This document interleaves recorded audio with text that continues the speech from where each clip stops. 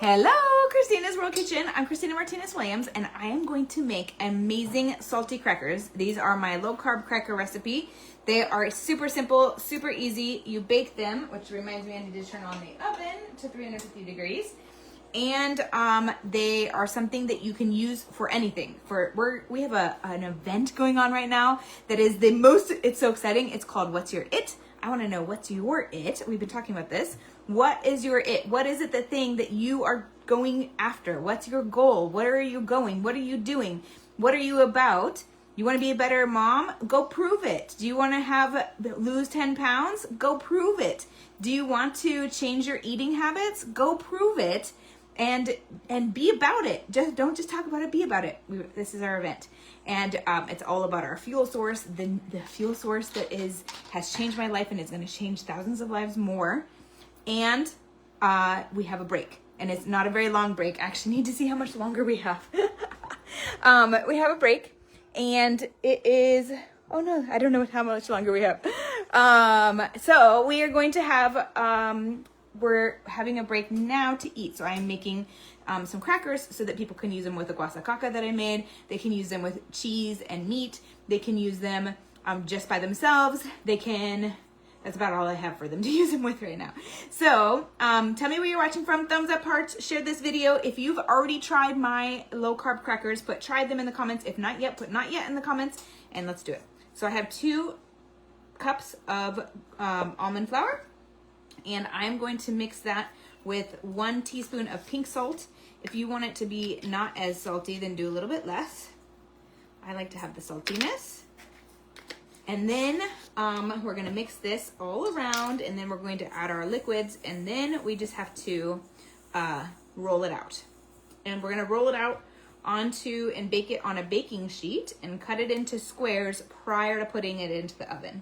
So now I have 4 tablespoons of melted butter, and I'm going to mix this with a 1/4 cup of water. A 1/4 cup of water, which I did not grab yet. So I need to grab a 1/4 cup.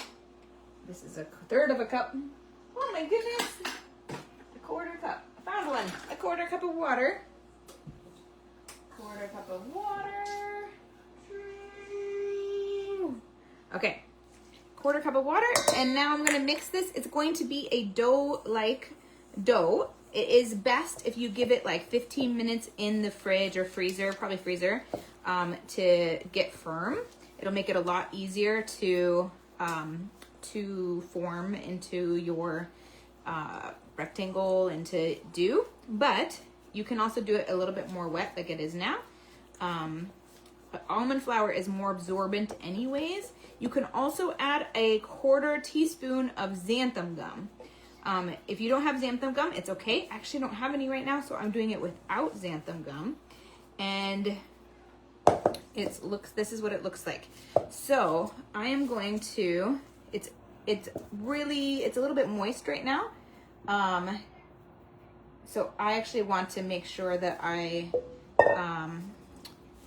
when I do it, if I do it not live, then I would put it into the freezer for 15 minutes so that it's a little bit easier to maneuver.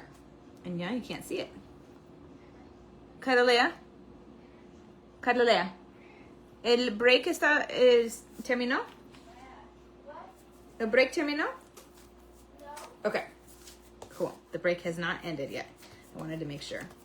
So when we do this, it's going to be into a long triangle, and you want it to be a lot thinner than this. So I'm going to make sure that if I put it under here that it's going to come off cleanly. Oh yeah, okay, so we're good. I want to put it between 2 pieces of parchment paper, and then I'm going to do my best to keep it as even as possible as I roll it out. And I want it to fit onto my baking sheet. So I don't want it to be, I need to have a kind of mental picture of how big my baking sheet is, because it's hard with this part to go on the baking sheet itself. So I'm going to transfer it to that. But I want it to go. The girls love these crackers. My husband loves these crackers. I love these crackers. Oh, I thought of something else. Not just guasacaca You could also use this, use these for guacamole, which I don't have any more. I don't have any more avocados today to make guacamole today, but that is a great option as well. So many options. Tell me how you would use it. Would you use it with meat and cheese, like deli meat and cheese, or salami and cheese? Would you use it with guasacaca, or with the salsa, or with guacamole? Oh, and another way, I can't believe I forgot. You could also use it with a little bit of, like a small little bit of cream cheese with my chia seed jam on it. That would be also an amazing use of this. I'm afraid that it's gonna get, if it goes up over the sides of the sheet pan, it's okay. You can still, it'll still work. They just might cook a little bit differently. Not this, I don't always, I'm not perfect at getting the same like thickness. That's the word I was looking for. Then sometimes I have to flip and then take out some of the crackers before the rest are done because they're cooked first. So you want them to be lightly golden, like in between lightly and a little bit darker, but not burnt, obviously. But you don't want them to be white. You'll be able to tell the difference, and you will need to flip them. So once you get, you're gonna cook it for, I'm trying to remember the exact time on each side, like 10 to 20 minutes. You kind of just have to watch it, and everyone's oven's a little bit different, 350 degrees. And then flip all of them. And so use a spatula. You'll be able to tell if it's time to flip it. You want it to be a little bit golden on one of the sides, and you'll flip it, and then you're gonna cook it for another 10 minutes on that side. It is something that you'll be able to tell. So let me transfer this onto my baking sheet. I also already made my rosemary Parmesan bread, flatbread, and that's ready to go. So now I have my crackers. So you can see that I did okay. It's inside all the lines except for a little bit on the outside of this. So I'm gonna show you in a second. Let me pull this off. So slowly peel off your parchment paper. The thinner pieces, if you got pieces that are thinner, they're gonna definitely cook faster. So you just wanna keep an eye on those so that you can pull those out earlier. And those will be a little bit, they're not gonna be crunchy. This is like a soft cracker, but not crunchy and not like a cookie. It's like a cracker, like a thick cracker, like a little bit of a thicker, rich cracker. So here, we're gonna just cut this into squares. So you can see I went over the side on this side and on this side and just slightly on here. So now I'm going to cut this. You can make these whatever size makes sense for you.